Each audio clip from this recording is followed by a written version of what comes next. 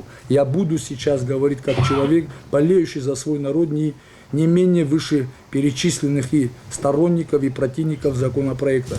Тезис о том, что этот законопроект приведет к потере лучших земель, считаю необъективным, так как те лучшие земли, о которых идет речь, под разным видом пользовательских и арендных отношений были выделены под различные бизнесы проекты. Проекты уже много лет и преимущественно национальному инвестору, о котором так часто упоминается в последнее время, в числе которых есть и бывшие чиновники, и ветераны войны, все заслуженные в нашей стране люди. Однако за десятилетия пользования активами в сотни гектаров земли у нас так и не произошло прорывного скачка ни в туристическом бизнесе, ни в сельском хозяйстве. Более того, многие из них все эти годы даже не платили земельный налог. Давайте откроем местные сайты, объявления агентств недвижимости, социальные сети под объявлениями о продаже земельных участков.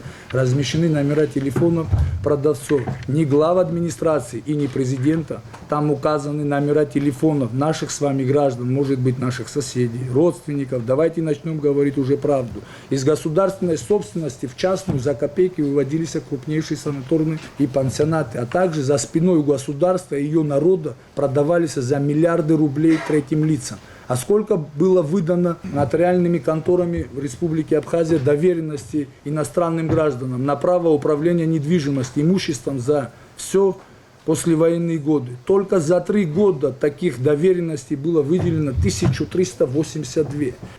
Эта линия является скрытой формой продажи жилья иностранным гражданам. К примеру, только в Гагринском районе за 6 месяцев 2023 года 1394 иностранных граждан обратились за разрешение на работу.